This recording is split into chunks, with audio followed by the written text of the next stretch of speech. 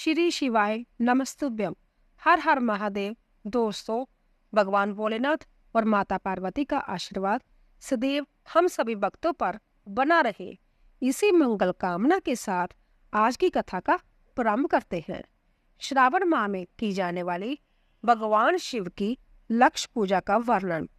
सनातन कुमार बोले, हे भगवान, आपने श्रावण मासों का संक्षिप्त वर्णन किया है। हे स्वामिन, इससे हमारी तृप्ति नहीं हो रही है। अंते आप कृपा करके विस्तार से वर्णन करें, जिसे सुनकर हे सुरेश्वर मैं कृतकृत्य हो जाऊंगा। ईश्वर बोले, हे जोगीश, जो बुद्धिमान नक्त व्रत के द्वारा श्रावण मास को व्यतीत करता है, वह 12 महीने में नक्त व्रत करने के फल का भागी होता है। नक्त व्रत में दिन की समाप्ति के पूर्व सन्यासियों के लिए अवरात्रि में गृहस्थों के लिए भोजन का विधान है। उसमें सूर्यास्त के बाद की 3 घड़ियों को छोड़कर नक्त भोजन का समय होता है। सूर्य के अस्त होने के पश्चात 3 घड़ी संध्या काल होता है। संध्या बेला में आहार, मैथुन, निंद्रा और चौथा स्व अध्याय, इन चारों कर्मों का त्याग कर देना चाहिए। गृहस्थ और जाति के भेद से उनकी व्यवस्था के विषय में मुझसे सुनिए। सूर्य के मंद पड़ जाने पर जब अपनी छाया अपने शरीर से दुगनी हो जाए, उस समय के भोजन को जाति के लिए नक्त भोजन कहा गया है। रात्रि भोजन उनके लिए नक्त भोजन नहीं होता है। तारों के दृष्टिगत होने पर विद्वानों ने गृहस्थ के लिए नक्त कहा है। जाति के लिए दिन के 8वें भाग के शेष रहने पर भोजन का विधान है। उसके लिए रात्रि में भोजन का निषेध किया गया है। गृहस्थ को चाहिए कि वह विधि पूर्वक रात्रि में नक्त भोजन करे और जाति विधवा तथा विदुर व्यक्ति सूर्य के रहते नक्त व्रत करे। विदुर व्यक्ति यदि पुत्रवान हो तब उसे भी रात्रि में ही नक्त व्रत करना चाहिए। अनाथ आश्रमी हो अथवा आश्रमी हो अथवा पत्नी रहित हो अथवा पुत्रवान हो, उन्हें रात्रि में नक्त व्रत करना चाहिए। इस प्रकार बुद्धिमान मनुष्य को अपने अधिकार के अनुसार नक्त व्रत करना चाहिए। इस मास में नक्त व्रत करने वाला व्यक्ति परम गति को प्राप्त करता है। मैं प्रातःकाल स्नान करूंगा, ब्रह्मचर्य व्रत का पालन करूंगा, नक्त भोजन करूंगा, पृथ्वी पर सोऊंगा और प्राणियों पर दया करूंगा। हे देव, इस व्रत को प्रारंभ करने पर यदि मैं मर जाऊं तो हे जगतपते, आपकी कृपा से मेरा व्रत पूर्ण हो।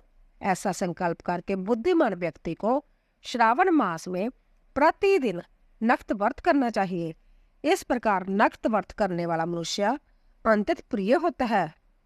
ब्राह्मण के द्वारा अथवा संभव ही अतिरुद्र, महारुद्र अथवा रुद्र मंत्र से महीनेवार प्रतिदिन अभिषेक करना चाहिए। हे वत्स, मैं उस व्यक्ति पर प्रसन्न हो जाता हूँ क्योंकि मैं जलधारा से अत्यंत प्रीति रखने वाला हूँ। अथवा रुद्र मंत्र के द्वारा मेरे लिए अत्यंत प्रीतिकर होम प्रतिदिन करना चाहिए। अपने लिए जो भी भोज्य पदार्थ अथवा सुख उपभोग की वस्तु अति प्रिय हो, संकल्प करके उन्हें श्रेष्ठ ब्राह्मण को प्रदान करके संभव महीने बार उन पदार्थों का त्याग करना चाहिए। हे मुने, अब इसके बाद उत्तम लक्ष्य पूजा विधि को सुनिए। लक्ष्मी चाहने वाले अथवा शांति की इच्छा वाले मनुष्य को लक्ष्य बिल्वपत्रों या लक्ष्य द्रव्यदलों से शिव की पूजा करनी चाहिए। आजू की कामना करने वाले को चंपा के लक्ष्य पुष्पों तथा विद्या चाहने वाले व्यक्ति को मालिका या चमेली के लक्ष्य पुष्पों से श्री हरि की पूजा करनी चाहिए। शिव तथा विष्णु की प्रसन्नता तुलसी के दलों से सिद्ध होती है। पुत्र की कामना करने वाले को कटेरी के दलों से शिव तथा विष्णु का पूजन करना चाहिए। बुरे स्वप्न की शांति के लिए दान्य से पूजन करना प्रशस्त होता है। देव के समक्ष निर्मित किए गए रंगवल्ली आदि से विभिन्न रंगों से रचित पद्म, स्वास्तिक और चक्कर आदि से प्रभु की पूजा करनी चाहिए। इस प्रकार सभी मनोरथों की सिद्धि के लिए सभी प्रकार के पुष्पों से यदि मनुष्य लक्ष्य पूजा करे तो शिव जी प्रसन्न होंगे। तत्पश्चात उद्यापन करना चाहिए, मंडप निर्माण करना चाहिए और मंडप के त्रिभाग परिमाण में वेदिका बनानी चाहिए। तदंतर पुण्य हवाचन करके आचार्य का वरण करना चाहिए और उस मंडप में प्रविष्ट होकर गीत तथा वाद्य के शब्दों और तीव्र वेद ध्वनि से रात्रि में जागरण करना चाहिए। वेदिका के ऊपर उत्तम लिंगोत्तर बनाना चाहिए और उसके बीच में चावलों से सुंदर कैलाश का निर्माण करना चाहिए। उसके ऊपर तांबे का अंतित चमकीला तथा पंच पल्लव युक्त कलश स्थापित करना चाहिए और उसे रेशमी वस्त्र से विशिष्टित कर देना चाहिए।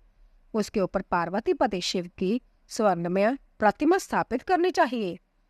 फिर पंचमरामित पूर्वक धूप दीप तथा नैवेद्य से उस प्रतिमा की पूजा करनी चाहिए और गीत वाद्य नृत्य तथा वेद शास्त्र तथा पुराणों के पाठ के द्वारा रात्रि में जागरण करना चाहिए। इसके बाद प्रातः काल बलिवांती स्नान करके पवित्र हो जाना चाहिए और अपनी शाखा में निर्दिष्ट विधान के अनुसार वेदिका निर्माण करना चाहिए।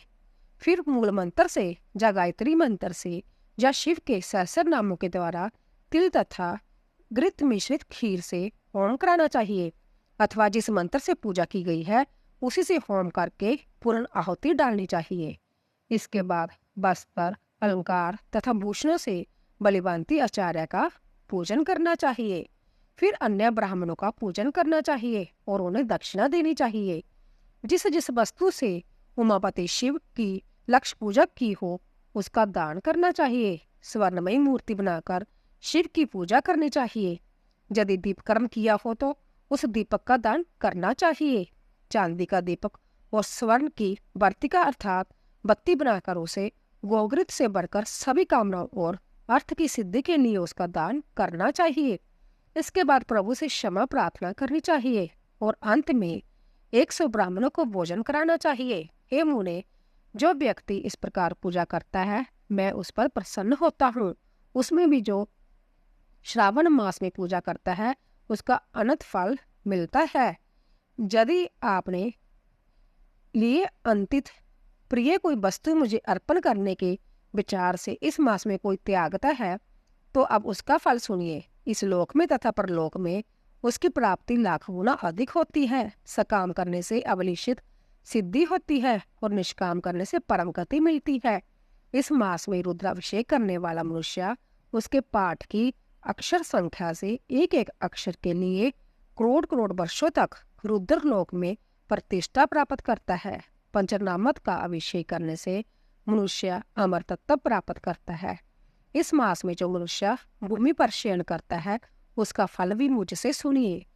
हे द्विज श्रेष्ठ, वह मनुष्य 9 प्रकार के रत्नों से जड़ी हुई सुंदर वस्त्र से आच्छादित बिछे हुए कोमल गद्दे से सुशोभित देश तकियों से युक्त रम्य स्त्रियों से विभूषित रतन निर्मित दीपों से मंडित तथा अंतर मृदु और गरुड़ा आकार परवाल मणि निर्मित अथवा हाथी दांत की बनी हुई अथवा चंदन की बनी हुई उत्तम तथा शिव शैया प्राप्त करता है। इस मास में ब्रह्मचर्य का पालन करने से वीर्य की दृढ़ पुष्टि होती है। ओजवल शरीर की दृढ़ता और जो भी धर्म के विषय में उपकारक होते हैं वह सब उसे प्राप्त हो जाता है। निष्काम ब्रह्मचार्य वर्ती को साक्षात ब्रह्म प्राप्ति होती है और सकाम को स्वर्ग तथा सुंदर देवगांव की प्राप्ति होती है। इस मास में दिन रात अथवा केवल दिन में अथवा भोजन के समय मौन व्रत धारण करने वाला भी महान वक्ता हो जाता है। व्रत के अंत में घंटा और पुस्तक का दान करना चाहिए। मौन व्रत के महात्मा से मनुष्य सभी शास्त्रों से कुशल तथा वेद वेदांग में पारंगत हो जाता है तथा बुद्धि में बृहस्पति के समान हो जाता है। मौन धारण करने वाले का किसी से कलह नहीं होता। अंत्य मौन व्रत अंतत उत्कृष्ट है। तो दोस्तों, आशा करती हूँ कि आपको हमारा वीडियो अवश्य पसंद आया होगा। कृपया जाने से पहले कमेंट बॉक्स में हर हर महादेव, ओम नमः शिवाय अवश्य लिखें और चैनल को सब्सक्राइब करें, लाइक करें और ज़्यादा से ज़्यादा शेयर करें। आप सभी का धन्यवाद।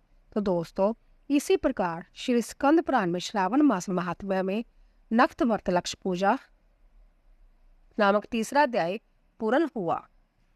बोलिए शिव शंकर भगवान की जय।